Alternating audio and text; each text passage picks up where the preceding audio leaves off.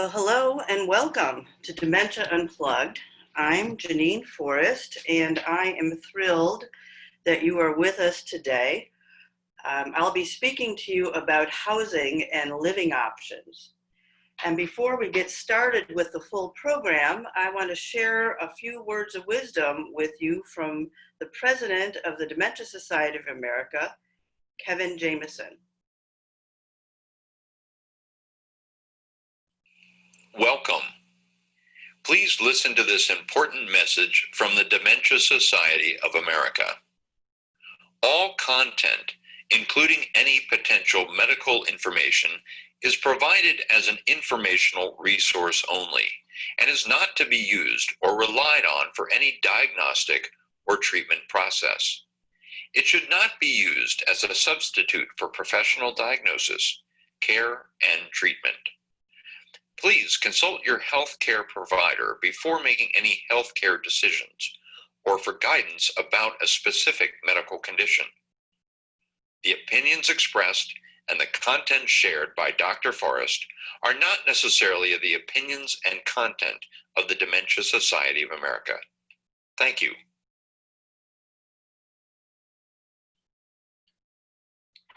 As I do in the beginning of all of these podcasts, I'd like to share with you a brief overview of what we mean by dementia.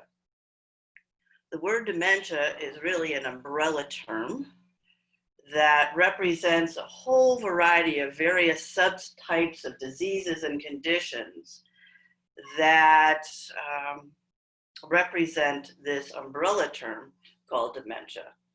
There are close to 400 different reasons why someone might develop a dementia. And the most common subtypes that you may be familiar with are Alzheimer's disease, Lewy body, frontal temporal, vascular dementia, and it goes on and on and on. That said, when we're talking specifically about housing and living options, over time, people, regardless of the type of dementia, will require some assistance with this particular issue. Housing, living is essential for all of us, and we have to pay attention to specific concerns and details when we're talking about individuals with various types of dementias. Home sweet home. What does that phrase conjure up for you when we say home sweet home? For many, that may mean a safe place, a place where we can hang our hat and be ourselves, a place in which people know us and love us.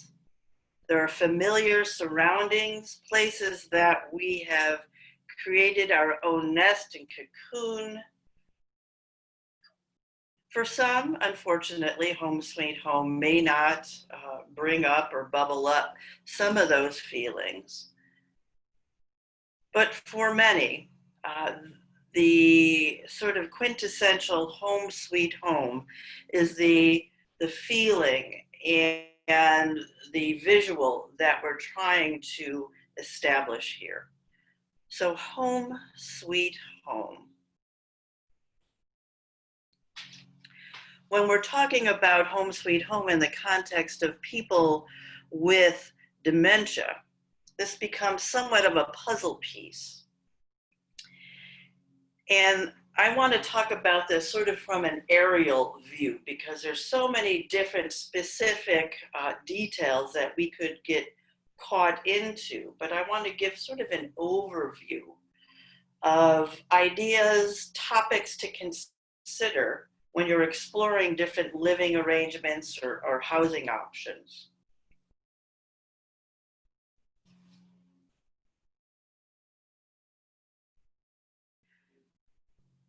That said, it can sometimes feel like a maze. And that's why I feel that an aerial view, instead of getting into lots of details, may be our first discussion this is a good beginning for those of you who are just starting to explore all of these possibilities.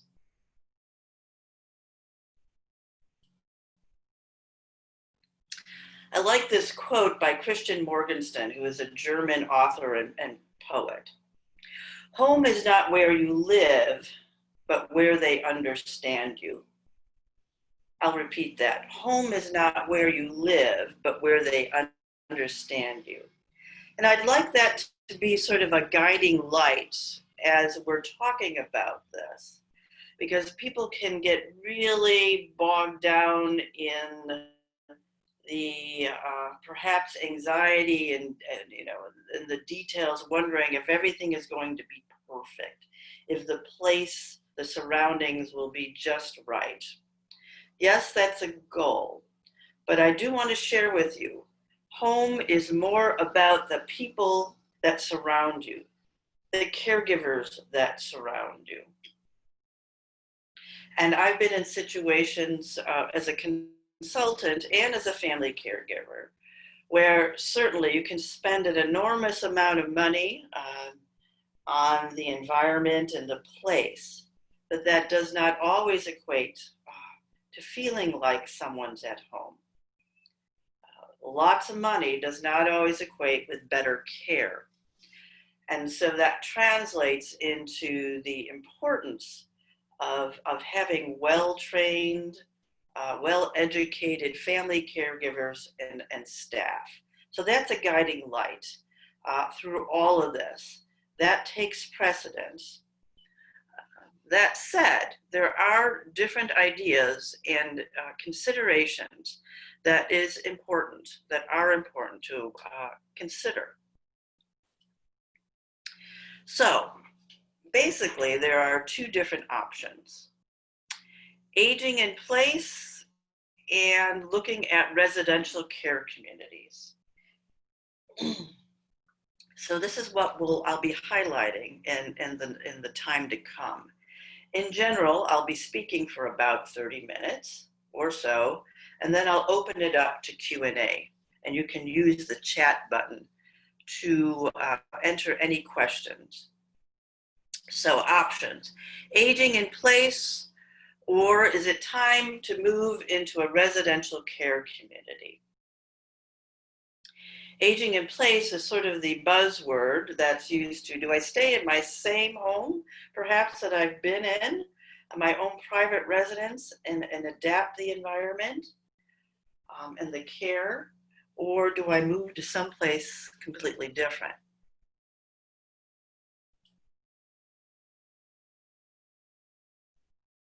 While we're often thinking about housing options, if someone has a diagnosis of dementia, perhaps that may be a loved one, this may be a resident that you are coaching, a friend, maybe something you're considering for yourself.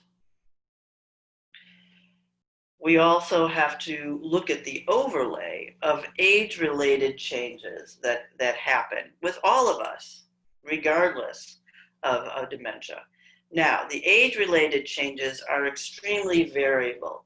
A lot of it depends upon our lifestyle, some genetics, but certainly how well we've cared for our bodies. And so there's various degrees of decline in terms of mobility and vision and hearing.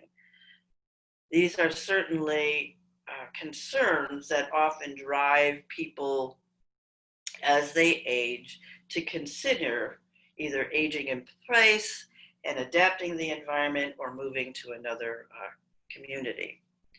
So that's an overlay in addition to having some form of dementia. In terms of dementia-related decline, unfortunately, most of the dementias are progressive. And so, sort of like a slow iceberg, there are certainly ways that we could adapt our lifestyle and how we move, our activity, what we eat, and perhaps slow down some of the progression, but it doesn't stop the progression. And so therefore, people with various dementias, depending on the type, have changes in cognitive abilities. And those include memory, language and speech, the ability to pay attention, reasoning and judgment, the ability to perceive things, that's our visual perception, to see things that might change in terms of depth and distance and understanding of object recognition, and mobility as well. Because the entire brain is involved, people with dementia ultimately experience changes not only in these cognitive functions, but the ability to move, balance, the ability to control bowel or bladder. And so this is what causes the various stages over time.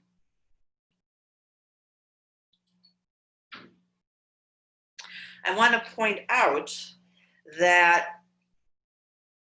it's important to consider changes in just daily living. And there is this concept called instrumental activities of daily living. These are the first sort of skills that we learn later in life that are sort of the first to change and decline. They're much more abstract. We're working with the frontal lobe of the brain. We're reasoning, the ability to calculate, the ability to problem solve take place. So managing finances, the ability to pay bills, shopping, meal preparation. Anytime we have a sequencing of a task, this is often sort of the initial concern that happens, and this is where the initial changes take place. The ability to take multiple medications at once. I don't know about you, I find it hard if I have to take more than 3 medications in one day. It's not uncommon for many individuals in their older years to take up to 20 medications a day. And if you're having difficulty with sequencing, this can cause potentially some real negative effects. The ability to drive, use the telephone, keep up the home. So these are changes that occur initially that often develop sort of red flags and prompt family caregivers, people with dementia, to think I may need some more assistance, or to start thinking about planning for changes in environment. Later on, as the disease progresses, we have changes in what's called the activities of daily living. These are skills that we learn early on in our life. So it's the ability to eat or dress, hygiene, grooming, bathing, toileting, and walking. So these are the various cognitive plus motor skills that often require more assistance over time. And this is why we need to adapt the environment in order to provide support and independence for as long as possible. The message I want to leave you with, it is possible to maintain a good quality of remaining life in safety if the environment is adapted, and if, in addition, caregivers are well educated and trained. So there's hope. It's not all bad all the time. And so maintaining quality of life is ultimately the goal. And so let's explore in a little more detail on how to make that happen. I can't reinforce enough how important it is to plan ahead. Being proactive instead of reactive allows for more choice. That all makes sense, doesn't it? It seems reasonable that the more time we have to plan, perhaps we'll put better plans in place. But I also know that moving or adapting any environment is emotionally charged. And so what looks good on paper often gets stuck in our emotional minds, our hearts. When we think about home sweet home, there's an awful lot of emotional attachment. And so this decision on either to stay within one's own environment or to move is really racked with a lot of emotional baggage at times, understandably. However, whenever possible, I think it's good to write down sort of the pros and cons of either staying at home and adapting, aging in place, or considerations of moving into a care community. The top buckets to review are the home environment itself. Is it possible to stay in the same place? Are there sufficient finances to make that happen or to move? What's the care? How do I plan for the care going forward? Not only for myself, but for many of us, including myself, I would need to think about who would care for my pets if I could no longer do that on my own. So, not only caring for yourself, take into that widening circle of care the long-term care of your pets. So what does aging in place look like? When we're looking at the home environment of your private residence, here are some ideas to consider when we're looking at changing or making the home more age-related friendly. So we're looking at home upkeep, maintenance. Who's going to do the cleaning? Think about transportation, driving to various appointments, or even to get the groceries. Laundry. Okay? Who's going to do the laundry? Where is it? Is it down a flight of stairs? Is it up 4 flights? Look at the rooms for objects that may be in our path, including throw rugs, that create fall risks. Is there enough lighting? On top of that, this is just age-related changes, we want to look at dementia-friendly safety awareness, which is a whole other topic, but it includes things like, are we removing cleaning supplies so that over time, if someone with dementia loses the ability to recognize objects, that they don't mix up a cleaning solution for juice, for example, or moving sharp objects. If one is considering staying in the same place and adapting it,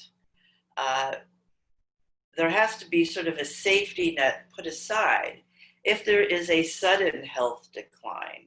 In addition to the dementia, someone's at risk for, say, for example, a stroke. And we're expecting sort of a slow progressive decline, and all of a sudden we have mid-trajectory, a change in our abilities, our physical abilities. Those plans, we need to have a safety net put in place as well. So, what are those home modifications to consider? I alluded to improved lighting, For some, if it's possible to make a stairless entry, perhaps include ramps on the way to entryways, looking at lowering the threshold to doorways, widening hallways, perhaps if there may be a potential for wheelchairs or walkers, looking at lever-style doorknobs and faucets. We always talk about grab bars. Certainly, those are important in showers to prevent slippage and to help sort of transfer into showers.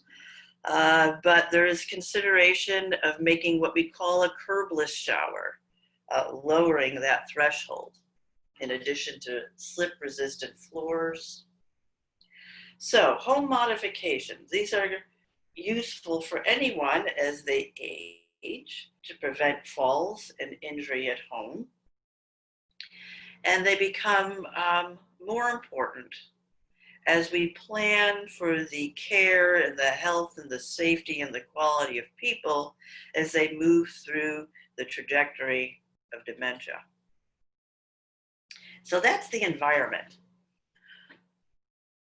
Another major piece to think about is in-home support. Over time, people with dementia will need additional support systems to be able to live there safely. In many instances, it's family members, extended family members who start this role, who start this job. Some friends play a role in this village of care. But as time moves on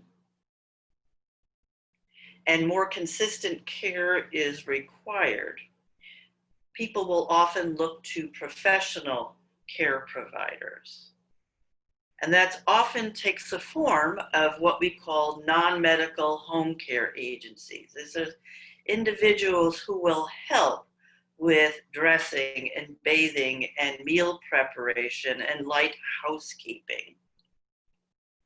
There are agencies, formal agencies, professional agencies who do this that are licensed and bonded, and that's certainly a route that many people take. The hourly rate is often more per hour, understandably. And the other option people sometimes use are sort of privately paid live-in caregivers that don't necessarily associate themselves with a professional organization. There are pros and cons to both. One major drawback of hiring caregivers on your own is that if that person becomes sick or has a day off, the family members are then left to their own devices to follow up and find that person. So, a mixed bag and something to consider. There are resources I want you to think about. This is something that often can be overwhelming, and there are people available to help with expertise. Geriatric care managers are certainly a wonderful resource who help families navigate all the different options. Because this can be a very expensive endeavor, financial advisors are advised. You can have elder care attorneys. Hospice care is a wonderful resource to have on your side and your team of caregivers as you move towards the late and final stages of care. A good ending is just as important, I feel, especially, I guess I'm biased. I have a long history. I'm working in hospice and palliative care. And I find that they're a great asset into supporting not only the person with dementia, but the entire family system. I want to share with you another resource called the Elder Care Locator. Elder Care Locator. I do have the website available, but you can certainly Google that. Elder Care Resource is an organization that provides education on housing options as well. They can be dialed and twisted and zeroed in to look at specific zip codes and who is available in terms of professional support and caregivers in your area. So not only the Dementia Society of America, but this elder care locator is something I would encourage all of you to consider contacting.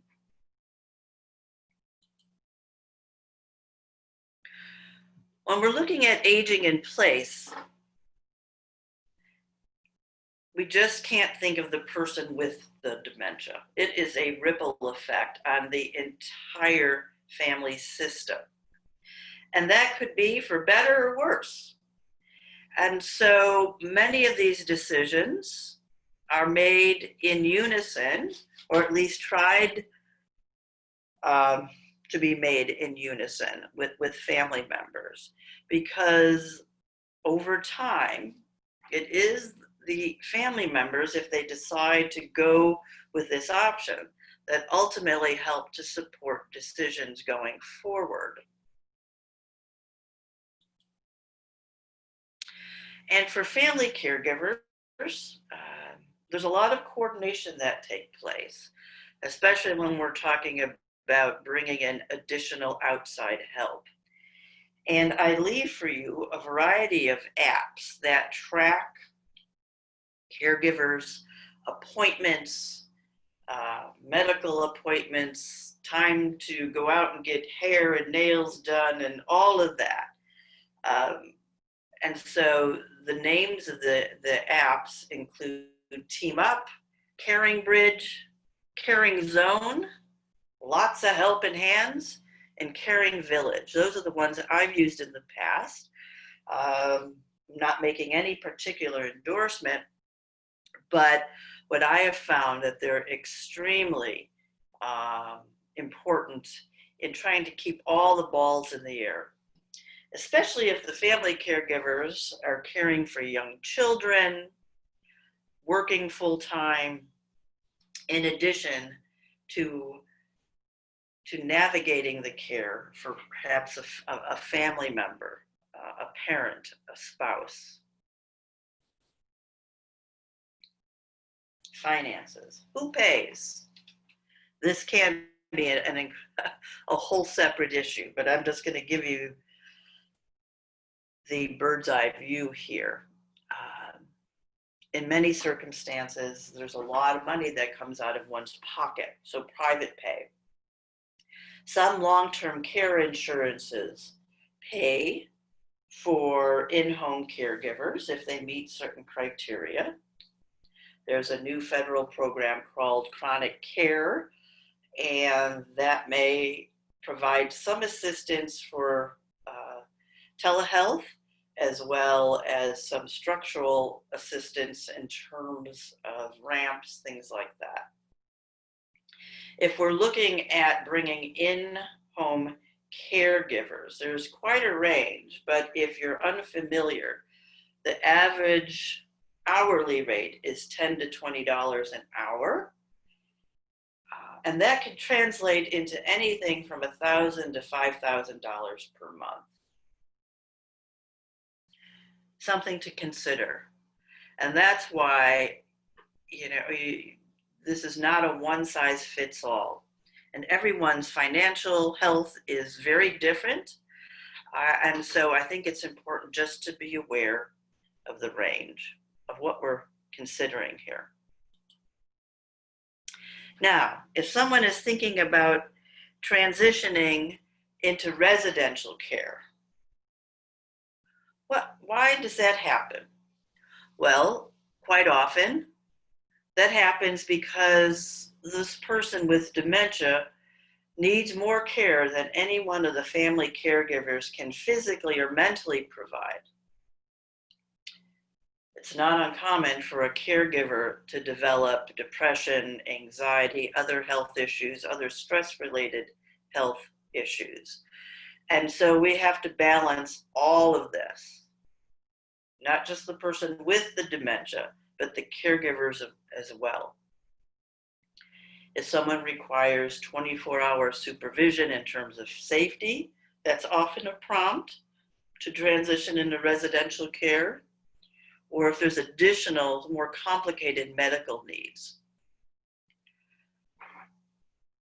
It's not an easy decision. I've been there, I know.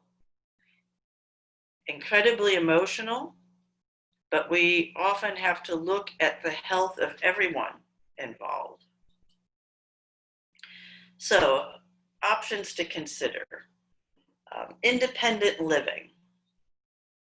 This is often a separate care community. It's appropriate if the person is fairly self-sufficient in the early stages of dementia. There is very limited supervision within the care community. No real assistance with activities of daily living, but some meals, activities, and socialization are available. And if you move in as a spouse, we have to look at the overall impact of the health of that spouse over time, because they often absorb more and more of the care that's required. So it's for those who can do this, it's a good first step, but please know this is not sort of the end of the journey here. Over time, independent living is not sufficient. There is the next tier called assisted living, AL. Not all ALs have specifically trained individuals to know how to care for individuals with dementia, so you must ask. Know that ALs are not federally regulated. They are state regulated. There is some support and supervision for activities of daily living. Housing, meals, and supportive activities are provided. There can be medication reminders, and not always what I call secure. So if someone is at risk for sort of searching, and the term that's often used is wandering. I don't like to use that term, but if someone is searching and looking to explore in the middle of the night, that may be a reason of to consider a more secure environment.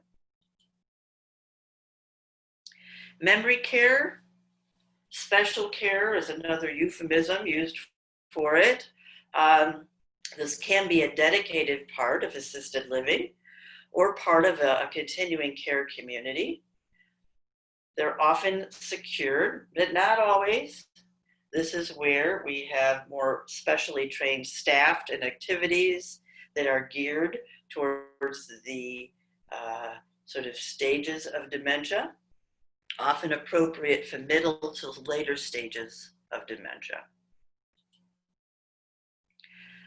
People hear of skilled care. This is not always appropriate for people with dementia, but only if they required high-level medical needs, and it's provided by registered nurses, perhaps speech and physical and occupational therapists. One other option is what we call the continuing care retirement community, CCRCs. This is sort of a one-stop shop where you have within an entire community sort of the spectrum of independent, assisted, and skilled care on the same campus. Typically, there is a very hefty upfront fee to start. And then there's monthly fees thereafter.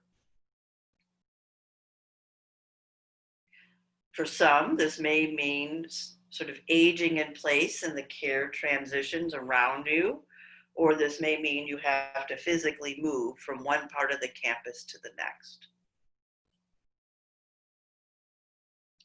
When we're looking at the costs, I'm giving you the current 2020 ranges at this point. Independent living, and it is wide spectrum here, from $2,000 to $7,000 per month. This varies by geography. Assisted living, $3,500 to $11,000 per month. Memory care, $5,000 to $14,000 per month. When we're talking about average annual cost for skilled nursing care, that's yearly. That can run anywhere from $50,000 to $200,000 per year. For some of you, this might sound staggering. It is. And most of us have not planned in advance to pay these really rather exorbitant monthly or yearly costs. Who pays for this? Well, if someone does qualify for Medicare, Medicaid, that can pay some of it, not all of it. Long-term care insurance pays some, not all. Regardless, one needs to know that transitioning to a care community does require often significant out-of-pocket costs and fees. If you're looking at ways to compare various communities, there is a website called Nursing Home Compare. That's medicare.gov. That looks at various criteria for you to search when you're making these decisions. Certainly, we've covered a lot of the, sort of the basic building blocks and things to consider when we're looking at staying in place, aging in place, adapting the environment. And if that just isn't right for you and your family, then exploring care communities. But I'll repeat again, home is not where you live, but where they understand you. So when you're searching for people to care for you or with you, or looking at a care community, it's just as essential to look at, again, how people are caring for you, the compassion, the staff training.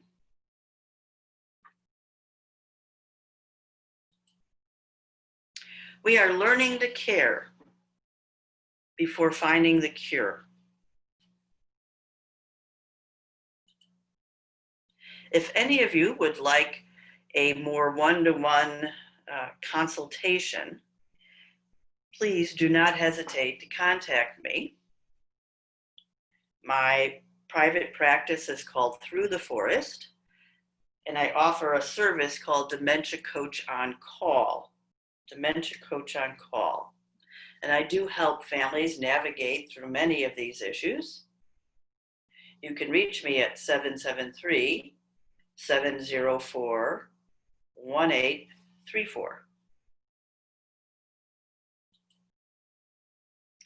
I want to thank the Dementia Society of America especially for hosting this webcast.